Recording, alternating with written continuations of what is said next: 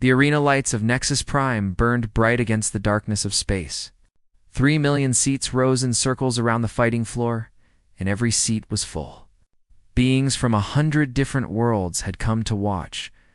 They always came to watch. Because Commander Xerax Velthorin had never lost. He stood 7 feet tall in the center of the arena. His body was covered in black armor that was not armor at all. It was his skin, his exoskeleton. It had stopped blades and bullets and energy weapons for 300 years. His 4 arms hung at his sides, each one thick with muscle and ending in claws that could tear through metal. His eyes were compound, like an insect's, and they saw everything. Every movement, every breath, every mistake. Xerax was Ketheri, and the Ketheri were the most feared warriors in the galaxy. But even among his own kind, Xerax was special. He was their champion, their legend, their weapon. For 300 years he had fought in this arena. 17 different species had sent their greatest warriors to challenge him. The Valorians had sent their strongest, the Dreth had sent their fastest. The Mycorians had sent their smartest. All of them had died. Some quickly, some slowly, but all of them had died. The crowd loved him. The crowd feared him. And the Galactic Council hated him, because every time Xerax won, the Kethari grew more powerful. This was how it worked. The arena was not just entertainment, it was law. An ancient law that had kept peace in the galaxy for 10,000 years. When species had disputes, they did not go to war. They sent champions. The winner took what they wanted. The loser accepted their fate, and the Kethari always won.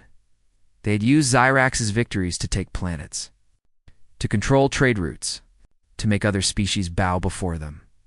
No one could stop them, because no one could beat their champion. The system that was meant to prevent war had become a different kind of war, one that the Kethari always won. The Council had tried everything. They had changed the rules. They had added weapons. They had removed weapons. They had brought in teams instead of single fighters. Nothing worked. Xerax adapted. Xerax learned. Xerax killed. Some members of the Council had started to whisper about breaking the ancient laws, about refusing to honor the arena's results, but that would mean real war. Galaxy-wide war. Billions would die. No one wanted that, so they kept sending champions. And Xerax kept killing them. Then the humans arrived. Humanity had only joined the galactic community 18 months ago. Their planet was called Earth. It was a small blue world in a quiet corner of the galaxy. They had only discovered faster-than-light travel recently. They were young. They were new. And to most species in the galaxy, they were not impressive. Humans were soft. They had no armor, no claws, no natural weapons. Their lifespans were short. They got sick easily. They needed to eat and drink and sleep far more than most species. On paper, they were one of the weakest intelligent species ever discovered. The Kethari had laughed when they first saw humans. Ambassador Kethmera, who spoke for the Kethari on the Council, had called them the galaxy's new pets. He said they would make good servants once they learned their place. But the humans did not learn their place. They asked questions. They watched everything. They took notes. And then one day, a delegate made a request that shocked everyone. Director Chen was a small woman with gray hair and calm eyes. She had been Earth's voice on the Council since first contact. Most species ignored her. She was human, after all. What could she possibly say that mattered? But on that day, she stood before the Council and spoke clearly. Earth formally requests the right to enter a challenger against Commander Xerax Velthorin. The chamber went silent. Then Ambassador Kethmera laughed. It was a horrible sound. His mandibles clicked together, and his throat made wet noises that the translator turned into something like amusement. "You wish to send one of your humans against Commander Xerax?" He said, "This is not cruelty we seek. This would be slaughter. Your species has been part of the galactic community for less than 2 years. You have no warriors. You have no tradition. You have nothing." Director Chen did not react to his words. Her face stayed calm. Her voice stayed even. We only asked for the same opportunity every other species received. Kethmara looked at the other council members. Many of them were also smiling, or making whatever expression their species used to show amusement. A human challenging Xyrax. It would be like watching an insect challenge a storm. Very well, Kethmara said. We grant your request. Let it never be said that the Cathari denied any species the right to die with honor. More laughter filled the chamber. But Director Chen did not laugh. She simply nodded. Thank you, Ambassador. Earth will send its challenger within the standard preparation period. She turned and walked out of the chamber. Behind her, the laughter continued. The other species were already placing bets. How long would the human last? 10 seconds. 5. Would Xyrax even bother to use a weapon, or would he simply crush the human with his bare hands? The news spread across the galaxy within hours. Every network carried the story. Every species discussed it. The general opinion was that humans were either very brave or very stupid. Most thought they were stupid, but in a small office on Earth, Director Chen sat across from a man in simple clothes. He had a plain face, brown hair going gray, average height, average build. Nothing special to look at. You saw the broadcast? She asked. The man nodded. I saw it. The council gave us 6 months to prepare. Every expert in the galaxy says our challenger will die in the first 10 seconds. She leaned forward. They're wrong, aren't they? The man was quiet for a moment. Then he smiled. It was a small smile, a patient smile, the kind of smile that held secrets. They don't know what we are, he said. They see soft skin and short lives. They see a young species with no claws and no armor. They think that makes us weak. And what do you see? He looked at her with eyes that had seen things she would never understand. I see 200,000 years of evolution. 200,000 years of fighting, of surviving, of learning to kill things bigger and stronger and faster than us. He stood up. They made a mistake, Director. They looked at humanity and saw prey. He walked to the door and paused. We were never prey. We were always the predator. We just learned to hide it. Director Chen watched him go. In 6 months, he would face the greatest warrior the galaxy had ever known. Every expert said he would die. Director Chen was not worried. She had read his file. She knew what he was, what he had done, what he was capable of. The galaxy was about to learn something important about humanity. Something that would change everything. Humans were not weak. They had just never had a reason to show their strength until now. The transport ship docked at Nexus Prime on a quiet morning. No crowds waited. No cameras broadcast the arrival. The galaxy's attention was elsewhere, focused on the matches happening in the main arena. Where Xyrax had just broken a Valorian, champion's spine in front of 3 million screaming fans. Only a few workers saw the human step off the ship. He carried one bag over his shoulder.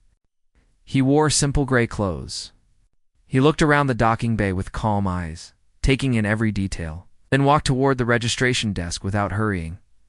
His name was Marcus Cole, 42 years old. The records said he was former military, but they did not say which branch or what he had done. Earth had sent almost no information about him. Just his name, his age, and his acceptance of the challenge. The registration officer was a Tellurian, a species with blue skin and 3 eyes. She looked at Marcus with something like pity. Name and species, she said, her voice bored. Marcus Cole, human. She typed something into her terminal. You are aware of the terms of the challenge? You will face Commander Xyrax Veltheron in single combat. The match continues until one fighter is dead or unable to continue. By accepting, you release Nexus Prime and the Galactic Council from any responsibility for your death. I understand. You may bring any weapons you wish. You have access to training facilities for the next 30 days. Medical staff will perform a mandatory scan to record your baseline physical condition. Oh. She paused. Do you have any questions? No. She looked at him for a moment. In her 3 eyes, he could see what she was thinking. She was wondering why he was here, why Earth had sent this ordinary-looking man to die. She had seen hundreds of challengers come through this station. Strong ones, fast ones, brave ones. All of them had died. This one did not look strong or fast. He did not even look particularly brave. He just looked calm, like he was here to do a job. "Training room 7 is available," she said finally. "Good luck, human." Marcus nodded and walked away. Word spread quickly through the station. The human challenger had arrived, and he was nothing special. Beings who saw him in the corridors described him as average, unremarkable. Some said he looked like a clerk or a teacher, not a warrior. The medical scan confirmed what everyone suspected. The Valorian doctor who performed it checked her equipment 3 times, because she could not believe the results. His bone density was standard for a human, not enhanced, not strengthened, just normal human bones that could break under enough pressure. His muscle mass was average. Nothing special. No genetic modifications. No artificial enhancements. Just regular human muscles. His reaction time was acceptable, but not impressive. Many species were faster, much faster. His heart, his lungs, his nervous system, all of it was ordinary. Baseline human. The kind of body that needed 8 hours of sleep and 3 meals a day just to function properly. "This cannot be right," the doctor muttered to her assistant. "They sent this? Against Xyrax?" Her assistant, a young Cathari named Drellin, made a sound like laughter. "Perhaps they want to insult the commander. Or perhaps humans are simply as stupid as everyone says." The doctor shook her head. "Send the results to Commander Xyrax's team. He will want to see them." And he did see them. Commander Xyrax stood in his private training room, reading the medical report on a holographic display. His second, a veteran warrior named Threll, stood beside him. They had fought together for 200 years. Threll had watched Xyrax kill more challengers than he could count. Bone density, standard. Xyrax read aloud. Muscle mass, average. Reaction time, adequate. He made a clicking sound that meant contempt. "The humans have sent me nothing. This is not a challenge. This is a waste of my time." Threll said nothing. He was looking at a different screen, one that showed video footage of Marcus Cole walking through the station. "You seem troubled," Xyrax said. "No, Commander, just ... curious." "About what?" Threll pointed at the screen. "Watch how he moves." Xyrax watched. The human walked through a crowded corridor. Beings of many species passed around him. He did not bump into anyone. He did not hesitate or change direction suddenly. He simply flowed through the crowd like water around rocks. "He moves efficiently," Xyrax admitted. "But efficiency is not strength." "It is not," Threll agreed. "But there is something else. Watch his eyes." The footage changed to a different angle. Now they could see Marcus's face as he walked. His expression was blank, calm, but his eyes were moving constantly, taking in everything. Every door, every corner, every being that passed him. "He is observing," Xyrax said. "Studying. Perhaps he hopes to find a weakness in the station's security." "Perhaps," Threll said. "Or perhaps he is doing what warriors do. Learning the ground, preparing." Xyrax made another clicking sound. "Preparing for what?" "His medical scan shows nothing. He has no claws, no armor, no enhanced reflexes. He is meat wrapped in soft skin. What could he possibly prepare that would matter?" Threll did not answer, because in truth, he did not know. But something about the human bothered him. Something he could not name. Later that day, Xyrax went to observe the human's training. He stood on the observation deck above Training Room 7 and watched Marcus work. The human did simple exercises. He ran on a machine that measured his speed. He lifted weights that measured his strength. He hit targets that measured his accuracy. All the numbers were ordinary, nothing special, nothing threatening. But then Marcus stopped and looked up, right at the observation deck, right at Xyrax. Their eyes met, and for just a moment, something passed between them. Xyrax had seen fear in his opponent's eyes. He had seen desperation. He had seen false courage that crumbled when the fighting started. He had seen every emotion a dying creature could feel, but in the human's eyes, he saw none of these things.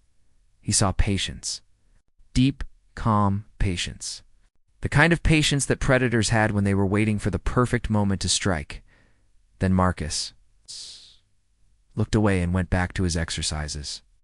As if the greatest warrior in the galaxy was not worth more than a glance, Xerax turned and walked away. He told himself that the human was nothing, a distraction, a joke. In 30 days he would kill this Marcus Cole, and the galaxy would laugh at humanity's foolishness. But that night, for the first time in 100 years, Commander Xerax Velthorin had trouble sleeping. He told himself it meant nothing. He told himself the human was weak. The scans proved it. The numbers proved it. Everything proved it, but those eyes, those calm, patient eyes, they stayed with him in the darkness. Something was wrong. He just could not figure out what. The night before the match, Nexus Prime was alive with excitement. Every restaurant was full. Every bar was packed. Every hotel room had been booked for months. 3 million beings had come to watch the fight in person, and trillions more would watch through Neuralink, its broadcasts across the galaxy. The betting houses had set the odds at 1,000,000 to 1 against the human. Some houses had stopped taking bets on Marcus winning because no one believed it was possible. Instead, they took bets on how long he would survive. 10 seconds was the most popular choice. Some people bet on 5. A few optimists said 30. No one bet on Marcus Cole winning. That would be like betting on a raindrop defeating an ocean. In the fighters' quarters, Marcus sat alone on his bed. The room was small and simple. A bed, a table, a chair, a window that looked out at the stars. He had asked for no special treatment, no extra space, no additional comforts. Just this small room, same as any other challenger. On the table in front of him lay a photograph. It showed a woman with dark hair and a kind smile. Beside her stood 2 children, a boy and a girl, both laughing at something outside the frame. Behind them was a beach with blue water and golden sand. Marcus looked at the photograph for a long time. His face showed nothing, but his fingers touched the edge of the picture gently, like it was something precious. A knock at the door broke his concentration.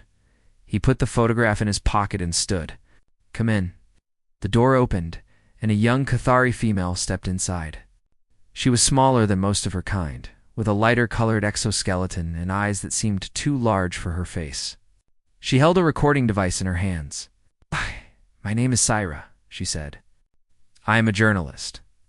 I was hoping you would speak with me." Marcus studied her for a moment. "Why?" "Because tomorrow you will either die or become the most famous human in history. Either way, people will want to know who you were." A small smile touched Marcus's face. "Were, not are. You have already decided the outcome." Syra's mandibles clicked nervously. "I did not mean to offend. It is just ... the statistics, the history. No one has ever defeated Commander Xerax, and you are." She stopped, searching for polite words. "I am human," Marcus finished for her. "Soft, weak, fragile. Yes, I have heard this many times since I arrived, and yet you are still here. You have not tried to escape. You have not asked to withdraw your challenge." Syra tilted her head, a gesture her species used to show curiosity. "Why? Why are you here?" Marcus was quiet for a moment. Then he gestured to the chair. "Sit. I will tell you something, but you cannot broadcast it until after the match." Syra sat. Her recording device hummed softly as it captured everything. "I have studied Commander Xerax," Marcus began. 300 years of footage. Every match. Every kill. Every technique he has ever used. Do you know what I learned? That he is invincible? No, I learned that he has never faced anything like a human." Marcus sat down on the bed across from her. 17 species have sent their greatest warriors against him, and all of them made the same mistake. What mistake? They tried to beat him at his own game. The Valorians sent their strongest fighters because Xerax was strong. The Dreth sent their fastest because Xerax was fast. The Mycorians sent their smartest because Xyrax was smart. Marcus shook his head slowly. They all tried to be better than him at what he already did well. And they all failed because Xyrax has had 300 years to perfect what he does. Syra leaned forward. So what will you do differently? Marcus looked at her with those calm, patient eyes. I will not try to be stronger. I will not try to be faster. I will not try to be smarter. I will be something else entirely. Something he has never faced. And what is that? Human. Syra made a sound that meant confusion. I do not understand. Everyone knows what humans are. You are soft. Your bones break easily. Your skin tears. You cannot even survive in vacuum without special equipment. What advantage does being human give you?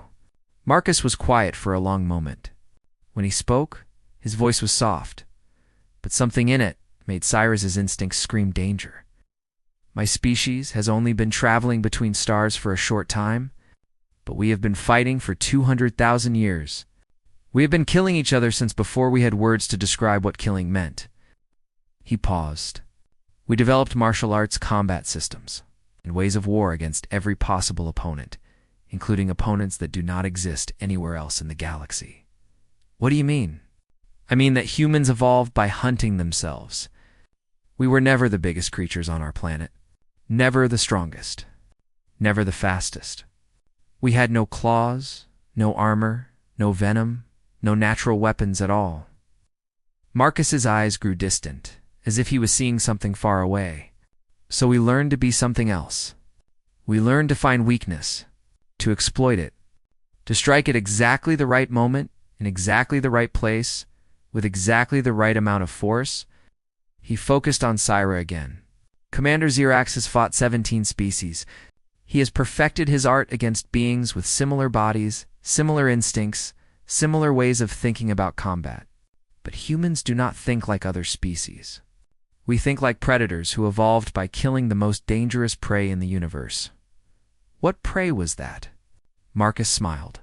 It was not a warm smile. Each other.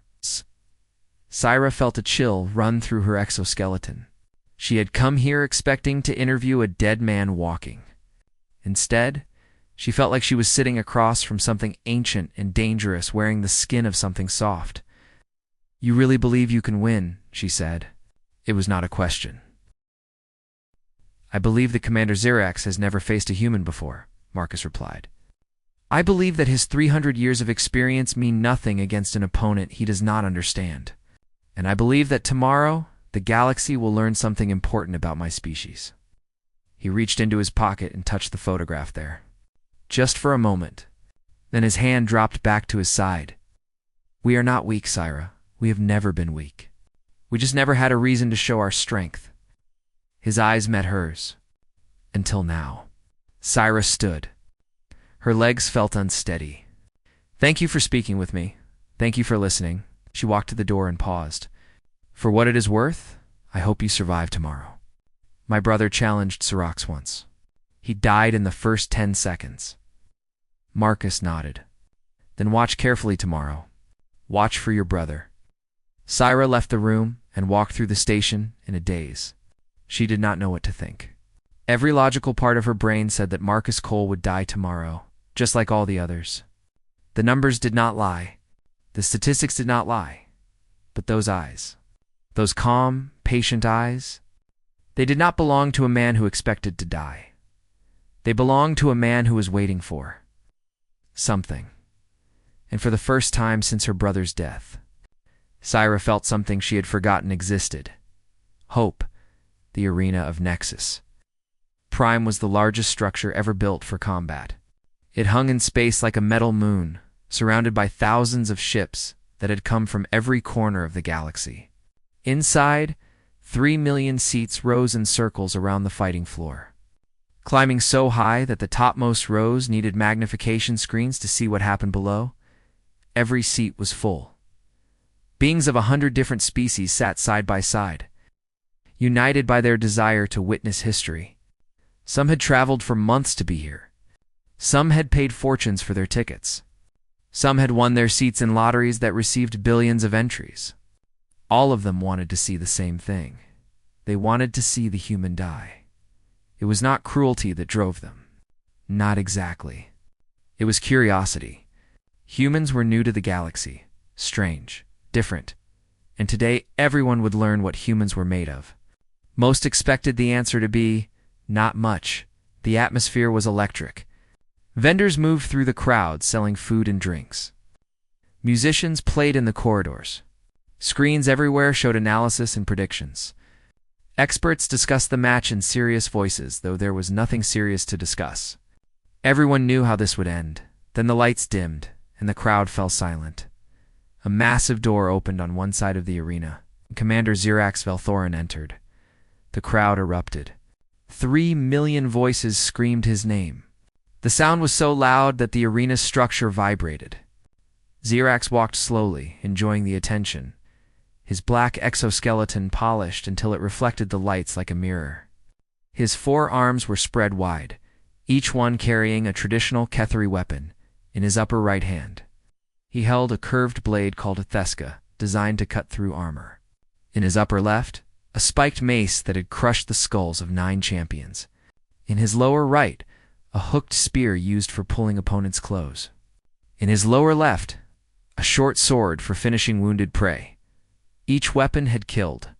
Each weapon had a name and a history. Each weapon had been blessed by Kethari, priests, and bathed in the blood of fallen enemies. Xirax reached the center of the arena and raised all 4 arms. The crowd screamed louder. He was their champion, their legend, their god of war.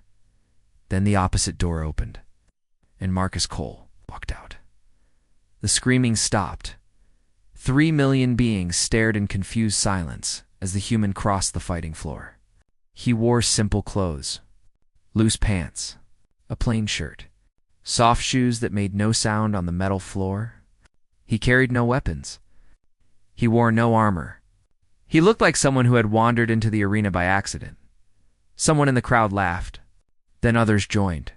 The laughter spread until it filled the arena, bouncing off the walls and echoing through the vast space. The human had come to face the galaxy's greatest warrior with nothing but his bare hands.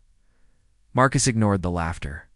He walked calmly to the center of the arena and stopped exactly 10 meters away from Xirax. His arms hung loose at his sides. His face showed nothing. He simply stood there, breathing slowly, waiting.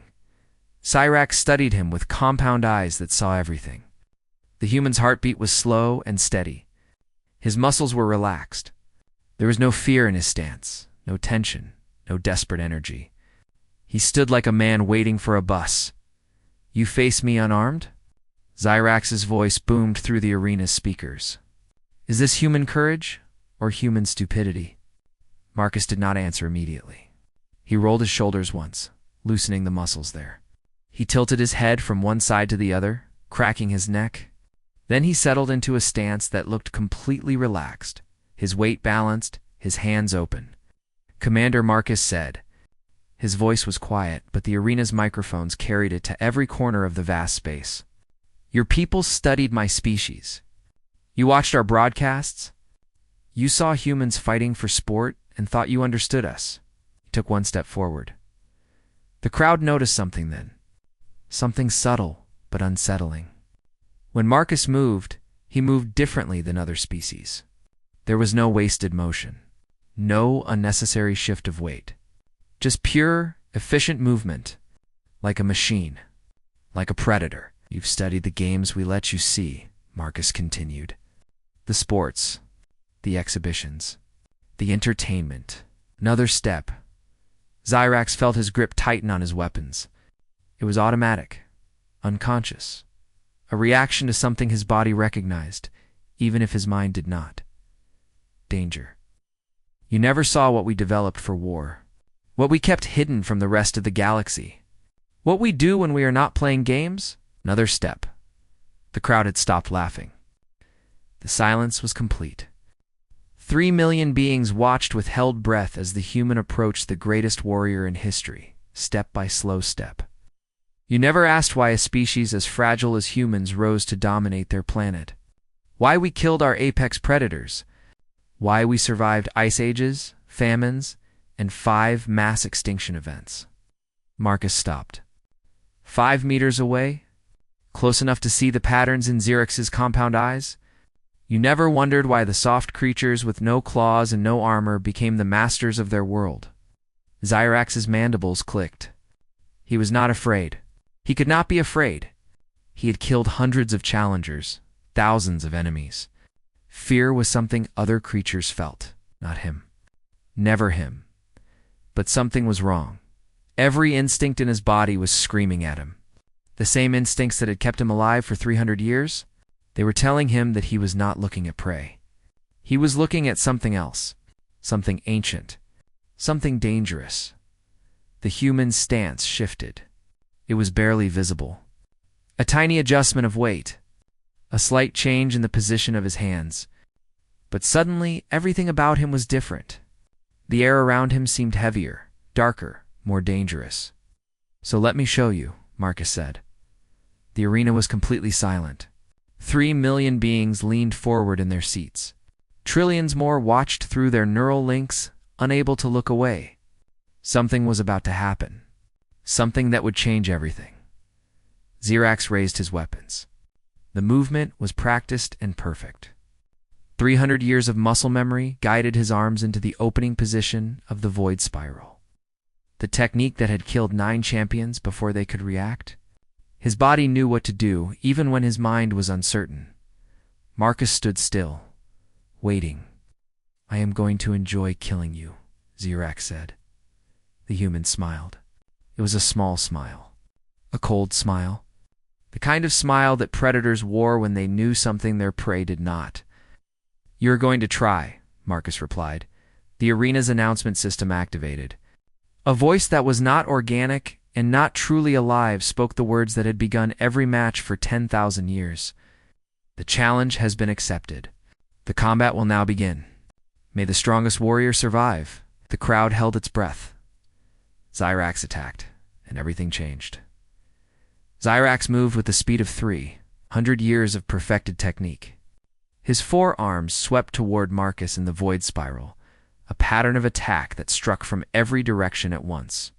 The curved blade came from the right. The spiked mace came from the left. The hooked spear thrust from below. The short sword stabbed from above. It was beautiful. It was perfect. It was impossible to dodge. 9 champions had died to this technique without understanding what was happening. Their bodies had been cut and crushed and pierced before their minds could process the attack. The void spiral was not just fast. It was elegant. It was art made lethal. Marcus moved, not backward, not to the side. Forward, 17,000 cameras captured what happened next. Military experts across the galaxy would study the footage for decades, slowing it down frame by frame, trying to understand what they were seeing. In real time, no one saw it. The movement was too fast, too precise, too alien to process. Marcus slipped between Xerax's arms. Like water flowing through fingers, the curved blade missed his neck by a centimeter. The spiked mace passed over his shoulder as he ducked. The hooked spear stabbed the air where his chest had been a fraction of a second before. The short sword cut nothing but empty space and Marcus's hand. His soft, fragile human hand reached out and touched the back of Xerax's neck. Just once. Just for a moment. A single point of contact that lasted less than a heartbeat. Commander Xerax Velthorin, the greatest warrior the galaxy had ever known, stopped moving. His arms froze mid-swing. His legs locked in place. His whole body became rigid, like someone had turned off a machine. The weapons fell from his hands and clattered on the metal floor. His compound eyes were still open, still seeing, but nothing in his body responded to his commands. He was not dead.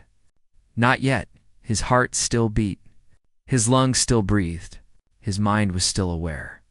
But everything else, every muscle, every nerve, every part of his body that connected thought to action, was gone. Marcus stepped back and looked at him calmly. The arena was silent. 3 million beings stared at the scene before them, unable to understand what had just happened. Their champion, their legend, their undefeated god of war, stood frozen like a statue in the center of the fighting floor. Dot. Xerax's voice came out as a whisper. Even speaking was difficult now. What have you done? I struck the nerve cluster at the base of your skull, Marcus said. His voice was quiet, but carried through the silent arena. A point so small and so deeply buried that even Cathari physicians need special equipment to locate it. A point that controls all motor function in your species. A point that no external strike should have been able to reach. The crowd began to murmur. Confusion spread through the arena like ripples in water. How? Xerax managed to say, the angle. The force required ... impossible ... for you. Yes, impossible. Marcus walked around the frozen warrior slowly, examining him like a scientist examining an experiment. Your species developed combat styles based on your strengths.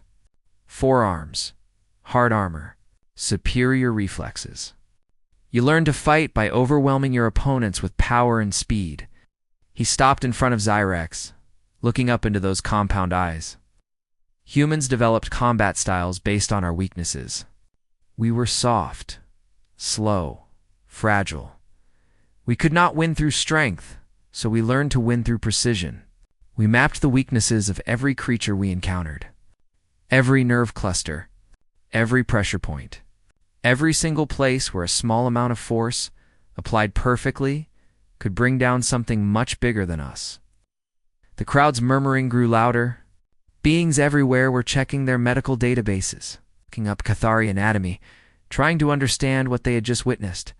What they found shocked them. The nerve cluster Marcus had described was real. It existed. But it was buried under layers of armor and protected by redundant systems. No strike should have been able to reach it. And yet, your mistake, Marcus said to Xerax, was thinking that size and strength and armor make a warrior. You looked at humanity and saw weakness. You saw soft skin and short lives and fragile bones, and you thought we were prey. You stepped back from the paralyzed champion. We were never prey, Commander. We were always the predator. We just learned to hide it because showing our true nature made other creatures afraid. He paused. And afraid creatures are harder to hunt? Xerax's vital signs were beginning to fail. Without neural input, his body's systems were shutting down one by one. He had minutes left, maybe less. The greatest warrior in the galaxy was dying from a single touch. You have studied 17 species, Marcus continued. You learned their techniques. You adapted to their strategies. You became perfect at defeating opponents who thought like warriors. His eyes were cold now, patient and cold. But you never studied humans. Not really. You watched our sports and our games, and you thought you understood us. He turned and looked up at the royal box, where the Cathari leadership sat frozen in shock. Humans do not fight strength with strength. We fight weakness with precision. We find the flaw, the gap, the single point of failure. And we exploit it without hesitation, without mercy, without doubt. Voice carried through every speaker in the arena. We had to learn this. We were never the biggest creatures on our world. Never the fastest. Never the strongest. We just learned to be the most precise.